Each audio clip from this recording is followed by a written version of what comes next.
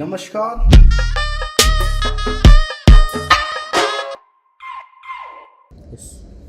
Okay, അപ്പോൾ ഇന്ന് നമ്മൾ എന്താണ് പറയാൻ പോണത്? React Router DOM. React Router DOM. ഇതാണോ റിയാക്ട് റൗട്ടർ ഡോം? അപ്പുറത്തുണ്ട്. അപ്പുറത്ത് എടുത്തു വെച്ചിട്ടുണ്ടല്ലേ? സമയം കളയാൻ പാടില്ല. അതുകൊണ്ട് പഠിച്ചു വെച്ചത്. അല്ല, ഞാൻ അതുകൊണ്ട് ലിങ്ക് വായിച്ചാണ് ചിലപ്പോ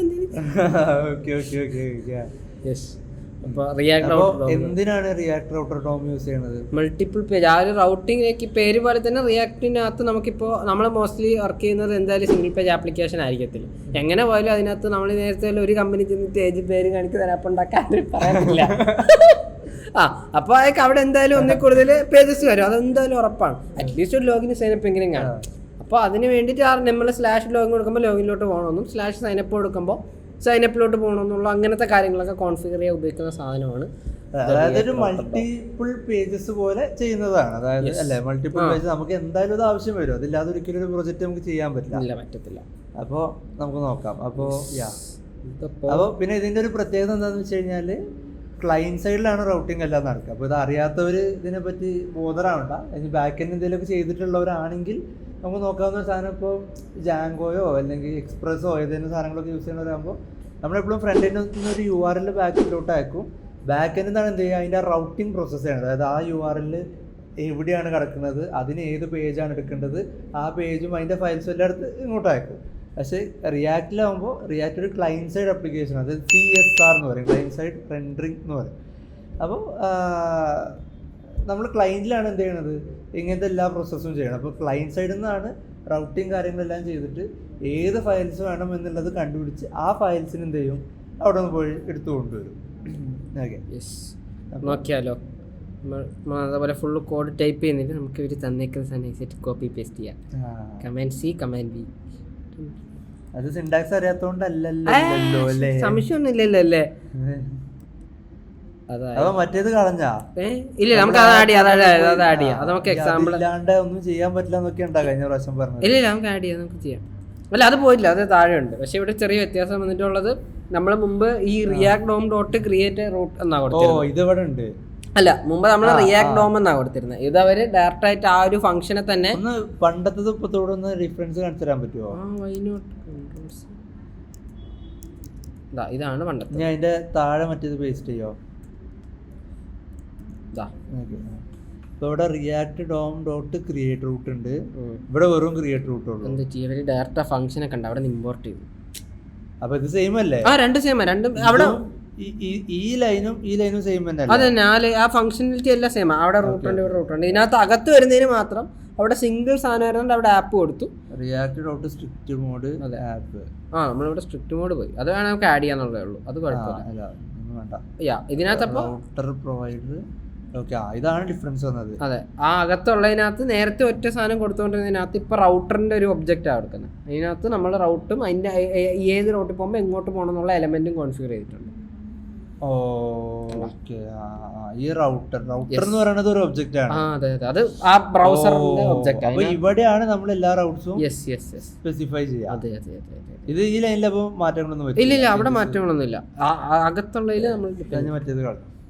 മറ്റേത് കളയാം. മറ്റേതിനകത്ത് എന്തെങ്കിലും കളയാതെ വെക്കാൻ പറ്റും. നമുക്ക് ഇൻഡിക്സോട്ട് സിസ്റ്റം ഉണ്ട്. അല്ല, ആവശ്യമില്ല, അതും കളയാണ്ട്.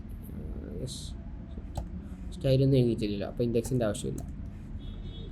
അപ്പോൾ നമുക്ക് നമ്മുടെ മുകളിലെ ലൈനായിരിക്കും. ഏത് മേളിനൊന്നും ഇല്ല, ആ 2 റിയാക്ട് ഉണ്ട്. ഓക്കെ, നമ്മുടെ ആപ്പിൻ്റെ അവസ്ഥ ഏത് നോക്കാൻ പോയി. നമ്മുടെ ആപ്പ് സക്സസ്ഫുള്ളി കോപ്പി പേസ്റ്റ് ഇതങ്ങനെയാണ്. ലോക്കൽ ഹോസ്റ്റ് 5173 നമ്മുടെ ഏജ് പോയി. ഇപ്പം ഹലോ വേൾഡ് ഉണ്ട്, എബോട്ടസ് ഉണ്ട്. കണ്ട, എബോട്ടിനകത്ത് എബോട്ട് വന്നത് കണ്ടോ? കണ്ടന്റ് എവിടെ കൊടുത്തത്? ഇവിടെ കൊടുക്കാം. ചെറിയ കണ്ടന്റൊക്കെയാണ് അവർ ജസ്റ്റ് എക്സാമ്പിൾ ആയിരിക്കല്ലേ. നമ്മളിവിടെ ഒരു കമ്പോണന്റ് ഇട്ടാലും അത് at the end of the അവിടെ പോയാലും അവിടെ റിട്ടേൺ ചെയ്യുന്ന ഒരു സാധനം തന്നെയാണല്ലോ HTML. ശരിയാണല്ലേ. അതായത് അവിടുന്ന് ഒരു HTML സംഭവം റിട്ടേൺ ചെയ്തിട്ട് അതാണ് നമ്മൾ ഇവിടെ വരുന്നത്, റിട്ടേൺ ചെയ്യാൻ ചെയ്യുന്നത്. യെസ്, അത് തന്നെ. നമ്മൾ ഇവിടെ ഒരു കമ്പോണന്റ് ആക്കുന്ന ഇത് സംഭവം. അവിടെ ഇവിടെ ഫുൾ കോഡ് ഇവിടെ എഴുതിയാലും ഇറ്റ് വിൽ വർക്ക്. അതെ, അങ്ങനെയൊന്നും കാണിക്കരുത്. ചെയ്യൂല, ഇല്ല, ചെറിയ വർക്ക് ചെയ്യും. നമുക്കിപ്പോൾ ഒരു എറപ്പേജൊക്കെ വേണമെങ്കിൽ ഇവിടെ ഒരു മറ്റേ ആസ്ട്രിക്ട് ഇടിച്ച് ഇവിടെ ഇറങ്ങി കൊടുത്താൽ ചുമ്മാ വരും. ഈ അബൌട്ടിനൊന്ന് വേറെ പേജ് ആക്കുമോ? നമുക്കിവിടെ നമ്മുടെ ആപ്പ് കൊടുക്കാം. എന്താ നമ്മുടെ ആപ്പ് നമ്മൾ കഷ്ടപ്പെട്ട് എഴുതിയില്ലേ?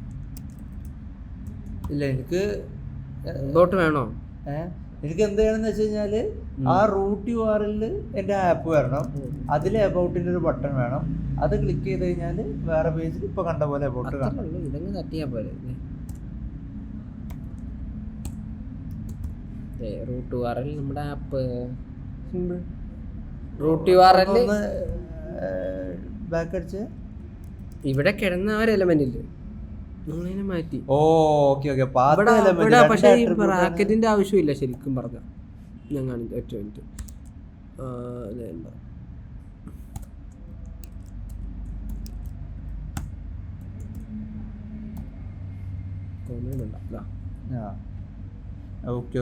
അപ്പൊ റൂട്ടിൽ നമ്മൾ ആ സംഭവം മാറ്റി ഇങ്ങനെ ഇവിടെ എലമെന്റ് എന്ന് പറഞ്ഞാൽ നമ്മൾ ഇനി എനിക്ക് ഇവിടെ എബൌട്ട് എന്നുള്ള ബട്ടൺ വരണം. ആ ബട്ടൺ ക്ലിക്ക് ചെയ്ത് കഴിഞ്ഞാൽ എനിക്ക് എബൌട്ടിൽ പോകും. നമ്മുടെ ആപ്പിനകത്ത് പോകുന്നു. നമ്മൾ എങ്ങനെയാണ് യൂഷ്വലി ബട്ടൺ ആഡ് ചെയ്യുന്നത്? ഏത് ടാഗാണ് സാധാരണ ടാഗാണ് ഇടാറ്. ടാഗ് വെച്ചൊന്ന് കാണിച്ചു കൊടുക്കാം. നേരത്തെ മറ്റേതിൽ ഏതാണ്ടായിരുന്നത്? അത് നിങ്ങൾ നമുക്ക് എത്താം. നമ്മൾ ലിങ്ക് എന്ന് പറഞ്ഞൊരു സംഭവമാണ് ഇട്ടിരുന്നത്. കണ്ടന്റ് ഒന്നും കൊടുത്തില്ല. No more. അയ്യോ, ഇത്രയും വലിയ നോ മോർ കുഴപ്പമില്ല.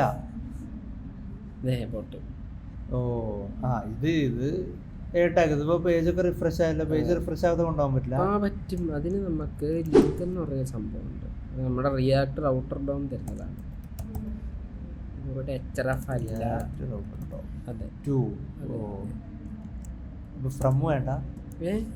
ഇതെന്തോ കത്തോ ഫ്രം അഡ്രസ്? അയ്യോ, ഇത് മാക്കാണല്ലേ. നേരത്തെ നമ്മള് ഒഴിവാക്കിയ വീഡിയോയിൽ മാക്ക് ഉപയോഗിക്കാൻ പഠിച്ചു എന്നല്ലേ പറഞ്ഞത്? അതേത് വീഡിയോ? അങ്ങനെ ഇതിന്റെ തൊട്ട് മുന്നേ നമ്മള് പാടി പോയിട്ട് റീഷൂട്ട് ചെയ്തില്ലേ? ചുമ്മാ വെറുതെ എന്തു ഇങ്ങനെയൊക്കെ പറയാ. മാക്ക് ഉപയോഗിക്കാൻ അറിയാത്തോണ്ട് ചെറുതായിട്ടൊന്ന് പാളിപ്പോയി. ഭയങ്കര സത്യസന്ധനാണ്. നമ്മള് റീഷൂട്ട് ചെയ്തതും എല്ലാം നമ്മള് മുട്ടൻ എറർ. അങ്ങനത്തെ ഇറക്കാൻ ലക്കാണ് കാണാൻ കിട്ടുന്നത്. ഇപ്പൊ റീലോഡ് ആയില്ല അല്ലേ? ഇല്ല ആയില്ല. ഇതാണ് ലിങ്കിന്റെ ഗുണം. ഉണ്ടോ?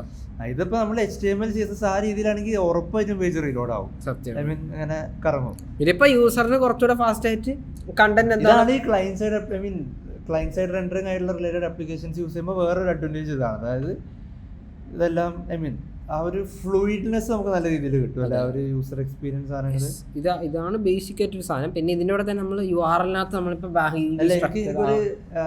കാര്യം ചെയ്യണം. അതായത് ഒരു 3 പേജ് വേണം. ഇപ്പൊ എബൌട്ട് ഉണ്ട്, വേറൊരു പേജ് ഉണ്ട്. എബൌട്ടിന്റെ കോഡ് ഈ ഉടായ്പായിട്ട് ഇവിടെ എഴുതാൻ പറ്റില്ല. അത് വേറെ ഫയൽ ഉണ്ടാക്കി എഴുതണം. നമുക്ക് അതിന് എന്താക്കാം? നമുക്ക് ഇവിടെ പേജസ് എന്ന് പറഞ്ഞ ഫോൾഡർ പറയാം.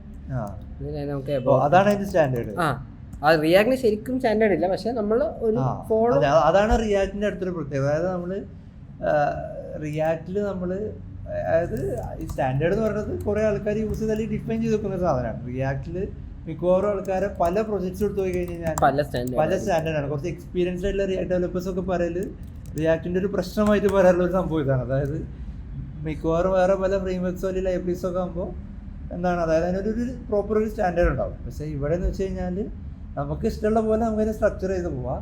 അപ്പോൾ എപ്പോഴും നമ്മളൊരു സ്കെയിലൊരു പ്രൊജക്റ്റ് ചെയ്യുമ്പോൾ നമ്മൾ സ്ട്രക്ചറും കാര്യങ്ങളും ഡിഫൈൻ ചെയ്ത് വെക്കണം, റെഫർ ചെയ്യുക ബാക്കിയുള്ള സ്ട്രക്ചേഴ്സും കാര്യങ്ങളൊക്കെ. എന്നിട്ട് നമുക്ക് സ്യൂട്ട് ആവുന്നത് ഏതാണോ അത് എടുക്കാന്നല്ല. ഇല്ലെങ്കിൽ നല്ല പണി കിട്ടും. ഇപ്പോൾ നമ്മൾ ഇവിടെ തന്നെ കോഡ് ബേസും കാര്യങ്ങളൊക്കെ അങ്ങനെ ഒരു സ്കെയിൽ ചെയ്ത് പോകുന്ന സിനാരിയോയിൽ നമ്മൾ ആദ്യം ചെയ്തത് അതാണ്. അതിൻ്റെ സ്ട്രക്ചറിങ് കാര്യങ്ങളാണ് ശരിയാക്കിയത്. അപ്പോൾ ഇവിടെ ഈ ട്യൂട്ടോറിയലിൽ നമ്മൾ സ്ട്രക്ചറിങ് ഒന്നും ഭയങ്കരമായിട്ട് നോക്കുന്നൊന്നുമില്ല, ചെറിയ സംഭവങ്ങളായതുകൊണ്ട്. പക്ഷെ നമ്മളിതിൻ്റെ അടുത്തൊരു ട്യൂട്ടോറിയൽ വരുന്നുണ്ട്, ഒരു ഇൻ്റർമീഡിയറ്റ് അല്ലെങ്കിൽ അഡ്വാൻസ്ഡ് ലെവൽ സാധനം. അവിടെ നമ്മൾ എന്ത് ചെയ്യും, സ്ട്രക്ചറിങ് ചെയ്യും. ഈ വൃത്തിയില്ലാത്ത സാധനങ്ങളൊക്കെ ഒരു സ്റ്റാൻഡേർഡിൽ ചെയ്യും. ഇവിടെ അങ്ങനെ വലിയ സ്റ്റാൻഡേർഡൊന്നും നോക്കിയിട്ടല്ല ചെയ്യുന്നത്. പൊട്ടിയൊന്നൊരു ചെറിയ സംശയം. പോയി തീർന്ന് ടെർമിനൽ എടുക്കാനുള്ള കമാൻഡ് ഓർമ്മയുണ്ടാ? ഞാൻ മറന്നു നോക്കട്ടെ എന്ത് പറ്റിയ. നമുക്ക് വലിയ വർക്കിംഗ് ആണല്ലോ. ഞാൻ ചുമ്മാല്ല, ഞാൻ ആപ്പ് എബൌട്ട് കമ്പോണന്റ് ഉണ്ടാക്കിയിട്ട് എബൌട്ട് ഇമ്പോർട്ട് ചെയ്തില്ല. കാണിക്കൂല ഈ റിയാക്ടിന്റെ ഒരു കാര്യം ഫ്രം പേജസ് ആണ്. പേജസ് അബൌട്ട് മെത്തുണ്ടോ പേജസിൽ അബൌട്ടില് അബൌട്ട് ജേസസ് ഇതിന്റെ ആവശ്യം ഉണ്ടെന്ന് തോന്നുന്നില്ല.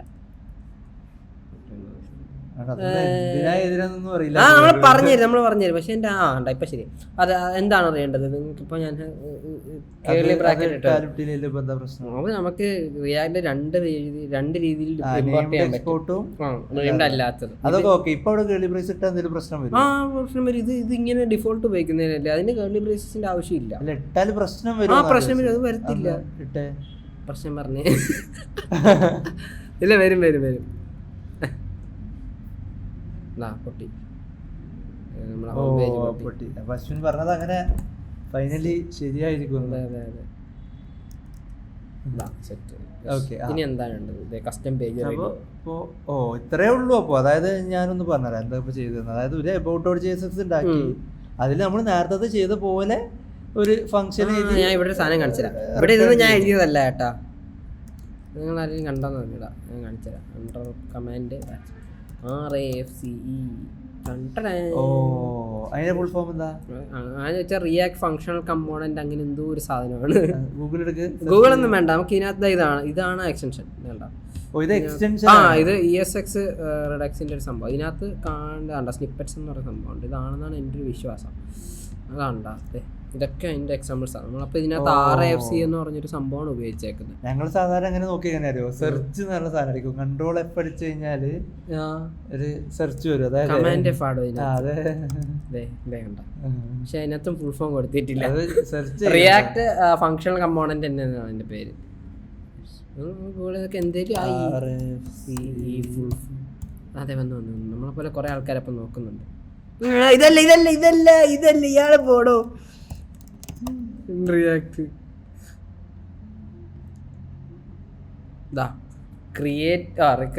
React function component and export. E4 export വരെ കുറ്റം പറഞ്ഞ അവർ എക്സ്പോർട്ടും ചെയ്യുന്നില്ല. അപ്പോൾ ഇതെല്ലാം ഇൻസ്റ്റാളേഷൻ ചെയ്യുകയാണെങ്കിൽ ആ ഒരു സാധനം നമുക്ക് ഞാൻ ചെയ്തപോലെ ചെയ്യാവുന്നതാണ്. നമ്മളിപ്പോ അങ്ങോട്ട് കുറച്ച് യൂസ് ചെയ്തിട്ട് ഈ ബേസ് പിന്നെ നമുക്ക് എഡിറ്റ് ചെയ്താൽ മതി. എഡിറ്റ് ചെയ്താൽ മതി. ഇനിയിപ്പോ സ്റ്റൈലോഡ് CSS ആണെങ്കിൽ ഞാൻ ചെയ്യേണ്ടത് പറഞ്ഞുതരാം. അതായത് ഈ ഇവിടെ അബൌട്ട് JSന്റെ തൊട്ടപ്പുറത്ത് ഞാൻ എന്ത് ചെയ്യും, ഞാൻ ചുമ്മാ ഇട്ടതാ. ഇത് ഡോട്ട് മൊഡ്യൂൾ ഡോട്ട് CSS എന്നാണ് ഇവിടെ. നമ്മളത് പറഞ്ഞില്ല, അതിന്റെ കാര്യം ഇല്ലല്ലേ. നമ്മളപ്പോ നമ്മള് പറയാതെ ഓരോന്ന് വെറുതെ ചെയ്തു വെക്കുന്നത്. താൻ ശ്രദ്ധിക്കുന്നുണ്ടോന്ന് എനിക്ക് തിരിച്ചറിയണ്ടേ. നമ്മളപ്പോ സാധാ CSSന്റെ പ്രശ്നം എന്താണെന്ന് വെച്ചാൽ ഞാനിപ്പോ ഇതിനകത്ത് ഹെഡർ എന്ന് പറഞ്ഞൊരു ഇത് കൊടുത്ത് നമുക്ക് ടെസ്റ്റ് ചെയ്ത് നോക്കാം. അതായത് ഈ മൊഡ്യൂളിൽ മാത്രം അതിന്റെ സ്കോപ്പ് നമ്മളൊരു ഫംഗ്ഷനകത്ത് ഒരു വേരിയബിൾ എഴുതിയാൽ അത് പിന്നെ ഫംഗ്ഷന്റെ പുറത്ത് വേറെ കിട്ടത്തില്ല അൺലസ് എക്സ്പോർട്ട് ചെയ്യാത്ത അടുത്തോളം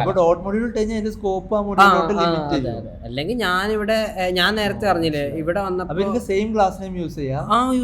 വേറെ ഒരു മൊഡ്യൂളിലും ഈ മൊഡ്യൂളിലും സെയിം ക്ലാസ് നെയിം യൂസ് ചെയ്തിട്ട് പറ്റും. എഴുതി കഴിഞ്ഞ് കഴിഞ്ഞാല് ഓവർ റൈഡ് കോൺഫ്ലിക്റ്റ് ഇല്ല വരത്തില്ല. നമുക്ക് മിക്കവാറും ഇതൊരു നിങ്ങൾക്ക് ഭാഗ്യം ഉണ്ടെങ്കിൽ ഇതാ പ്രശ്നം കൊണ്ട് വന്നതായിരിക്കും. നമുക്ക് നോക്കി നോക്കാം. ഇതിപ്പോ എന്റെ ആപ്പ് എന്ന് കമ്പോണ്ട് ഇതിന്റെ സ്റ്റൈൽ എവിടെ നിന്നായിരുന്നു നോക്കാം. ഹെഡർ എന്ന് പറഞ്ഞൊരു കമ്പോണന്റ് ഇവിടെ എഴുതിയിട്ടുണ്ട്. ആപ്പിനകത്ത് ആപ്പ് ഡോട്ട് CSS ആണ് ഹെഡർ. ഞാനിപ്പോൾ എബൌട്ടിനകത്ത് നമുക്കിവിടെ ഇതിനെ മാറ്റി നമുക്കൊരു അതിന്റെ ക്ലാസ് നെയിം എന്തായിരുന്നു എൻ്റെ ഹെഡർ ഡോട്ട് ഹെഡർ. നമുക്കൊരു കാര്യം ഇതിന് class name header spelling correct അല്ലേ? നമുക്ക് നോക്കാം. പക്ഷെ അത് മറ്റേത് ഗ്ലോബൽ അല്ലേ, അതുകൊണ്ട് അത് വരൂലേ. പക്ഷെ ഞാൻ ഇമ്പോർട്ട് ചെയ്തില്ലല്ലോ. ഇമ്പോർട്ട് ചെയ്ത് വേണ്ട വന്ന് കയറിയുണ്ടോ വലിഞ്ഞേറി വന്നത് വേണ്ട. ഇങ്ങനെ സ്റ്റൈലുകൾ വലിഞ്ഞേറി വരാതിരിക്കാൻ വേണ്ടിയിട്ടാണ് നമുക്ക് നോക്കാം. ഇവിടെ ചിലപ്പോ ഗ്ലോബൽ ആയതുകൊണ്ടല്ലേ വലിഞ്ഞേറി വന്നത്. അല്ല അങ്ങനെ വരത്തില്ല, ഞാൻ കാണിച്ചുതരാം. നിക്ക് നമുക്ക് അതായത് ഇവിടെ അവിടെ ഇമ്പോർട്ട് ചെയ്തിട്ടാണ് അങ്ങനെ പറഞ്ഞത്. അല്ല ഇമ്പോർട്ട് ഒന്നും ചെയ്തിട്ടില്ലല്ലോ നമ്മള്. അല്ലല്ല ആപ്പിനകത്ത് ഈ CSS ഇമ്പോർട്ട് ചെയ്തിട്ടില്ലേ? പക്ഷെ അല്ല അത് വന്നത് എന്തുകൊണ്ടാ, അതായത് ഇവിടെ എഴുതിയത് ഇങ്ങോട്ട് വരൂല. അങ്ങനെയാണ്. നമുക്ക് അങ്ങോട്ട് വരുമല്ലോ. അങ്ങനെയാണ് നമുക്ക് ഇതിനൊന്ന് റീനെയിം ചെയ്ത് ആപ്പ് ഡോട്ട് CSS ആക്കാം. പേരല്ല ഇതിനല്ലേ മൊഡ്യൂൾ ഉള്ളത്. ഇതിനകത്ത് എഴുതുന്ന ഒന്നും പുറത്തു വരാം. പക്ഷെ പുറത്ത് എഴുതുന്നത് ഇങ്ങോട്ട് വരാമല്ലോ. അതാണ് ഇപ്പൊ സംഭവിച്ചത്. ഇവിടെ അപ്പൊ ഞാൻ മൊഡ്യൂൾ ഇല്ലാതെ ഒരു ഇത് എഴുതിയത് കരുതിക്കോ. അത് ഞാനിപ്പോ ഇതിന്റെ കൂടെ തന്നെ അബൌട്ടിന്റെ കോൺടാക്ട് എന്ന് പറഞ്ഞൊരു പേജ് ഉണ്ട്, ഒരു കമ്പൗണ്ട് ഉണ്ടെങ്കിൽ അപ്പുറത്ത് അത് പ്രിവെന്റ് ചെയ്യാൻ ചെയ്യേണ്ടത് ഇവിടെ ഒരു ക്ലാസ് എഴുതാ, എന്നിട്ട് അപ്പുറത്ത് അത് യൂസ് ചെയ്യും. ഹെഡർ ടു കളർ എന്തിടും, നമുക്കൊരു അക്വാ മറിയിടാം. അതൊക്കെ മനസ്സിലാവാ. ഫോണ്ട് സൈസ് നമുക്ക് ലാർജർ ഇടാം, മനസ്സിലാകത്തില്ല. ഹെഡർ ടു ഇതിന്റെ പക്ഷേ അത് ഒരു പേജ്, നമുക്കൊരു പേജ് ഉണ്ടാക്കാം. അല്ലല്ല, ആദ്യം അതിന് ഇമ്പോർട്ട് ചെയ്യും. ഹെഡർ ടു ഇമ്പോർട്ട് ചെയ്യണം. What is this man? ഇതൊക്കെ സ്വാഭാവികമാണ്. നമ്മൾ റിയാക്ട് ഡെവലപ്പേഴ്സ് ഒന്നും കാണാൻ വരുന്നില്ലല്ലോ. അയ്യോ, ഓട്ടോ സെഷൻ പോയി.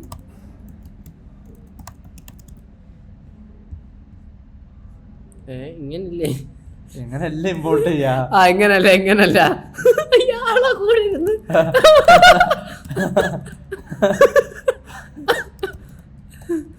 അങ്ങനല്ല, ഇങ്ങനെയാണ് ഇമ്പോർട്ട് ചെയ്യുന്നത്. ഇല്ല,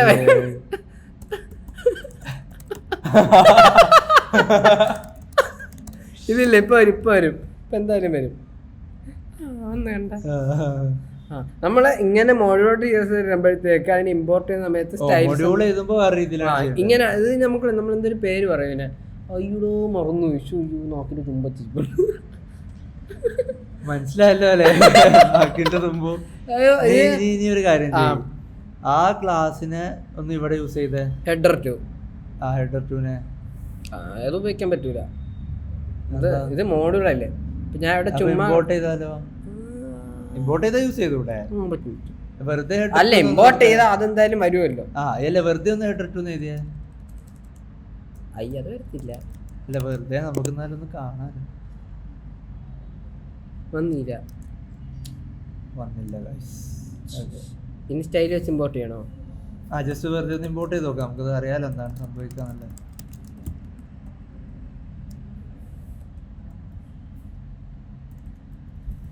source slash page slash about slash bot. നമ്മളിവിടെ styles dot header to.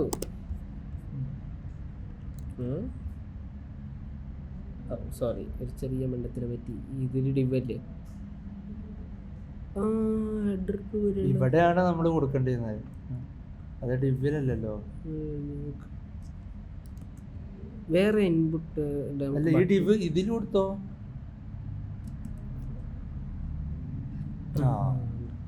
Import ചെയ്താ വർക്ക് ആവും.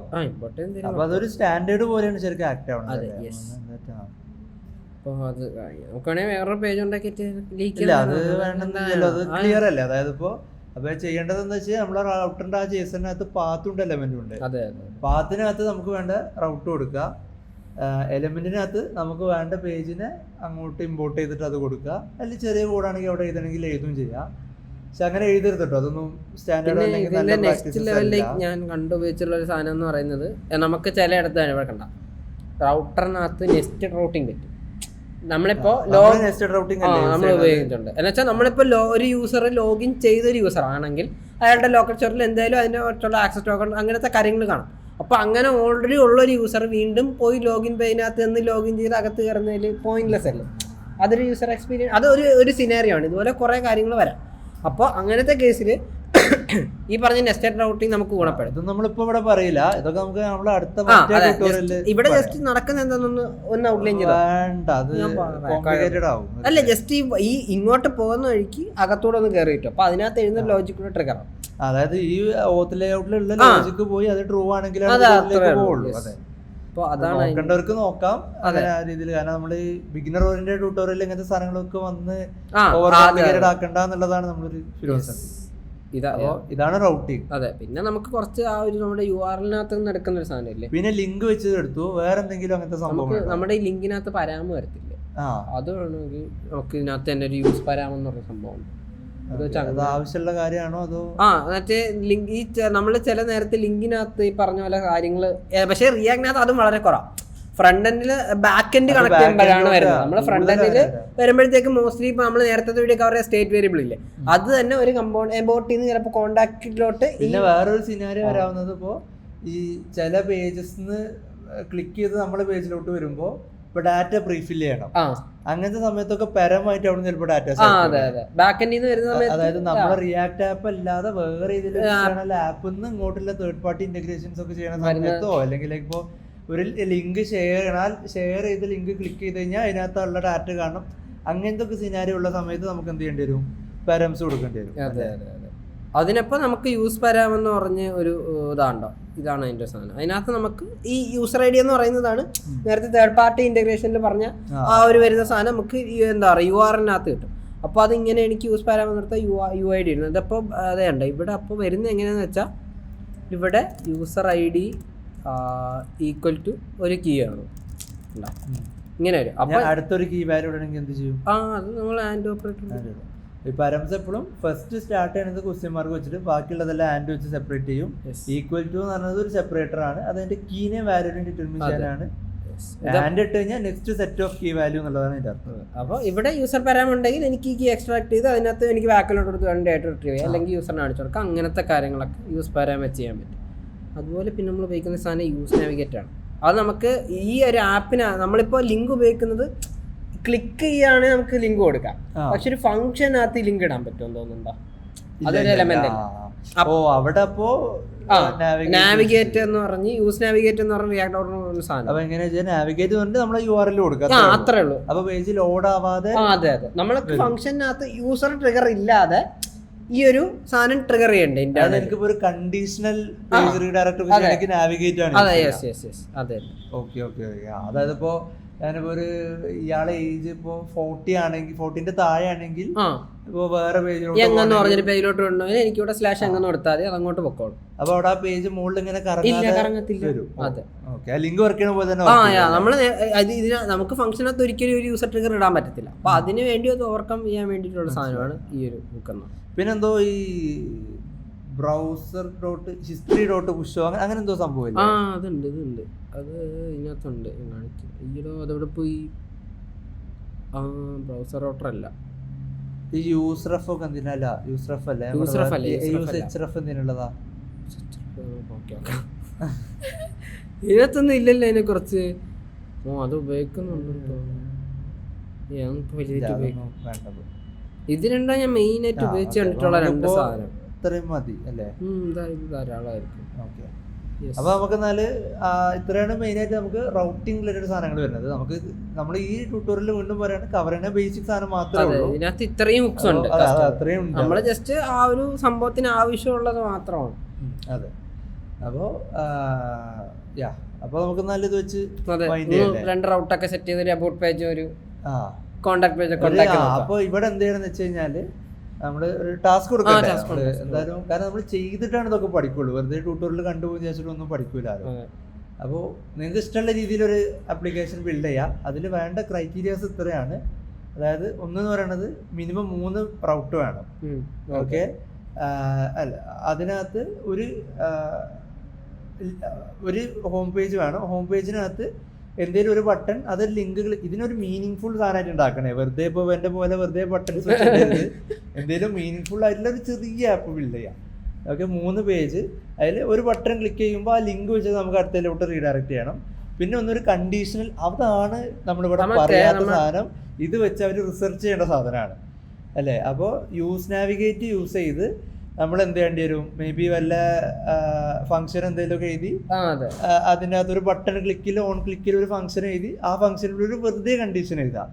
എന്തെങ്കിലും ഒരു കണ്ടീഷൻ വെച്ചിട്ട് അതിനെ നാവിഗേറ്റ് ചെയ്യണം. അപ്പോൾ ഇന്ന കണ്ടീഷൻ ആണെങ്കിൽ ഇത് ചെയ്യാന്ന് പറഞ്ഞിട്ട്. അപ്പോൾ ഇതിന്റെ ഇങ്ങനത്തെ സാധനങ്ങളൊക്കെ എഴുതുമ്പോൾ നിങ്ങൾ ഗിറ്റബിനകത്ത് കോഡ് അപ്ലോഡ് ചെയ്യണം. പിന്നെ അതിനെ ലൈവ് ആക്കുക. വല്ല നെറ്റ്ലിഫൈയോ വെർസലോ എവിടെയെങ്കിലും അതൊക്കെ വെറുതെ അപ്പോൾ ഇട്ട് കഴിഞ്ഞാൽ അത് ലൈവ്. അപ്പോൾ ഈ 2 ലിങ്കും വെച്ച് സബ്മിറ്റ് ചെയ്യുക. പിന്നെ അതിനകത്ത് നിങ്ങൾ ചെയ്തത് എന്താണെന്നുള്ളത് ഷോർട്ട് ഡിസ്ക്രിപ്ഷൻ പോലെ കൊടുക്കുക. അപ്പോൾ ഇതിന് നമുക്കൊരു 200 കർമ്മ പോയിന്റ്സ് കൊടുക്കാം അല്ലേ? അപ്പോൾ #, ഇതാണ്. അപ്പോൾ സെറ്റ് അല്ലേ? അപ്പോൾ സെറ്റാണ്. അപ്പോൾ നമുക്ക് എന്നാൽ ഇന്നത്തേക്ക് വിടാം. നമുക്ക് അലക്സിനോട് ബൈ പറഞ്ഞാലോ? Alexa bye bye. Talk to you later. അയ്യോ, അലക്സ ബിസി ആത്തേ. Bye by.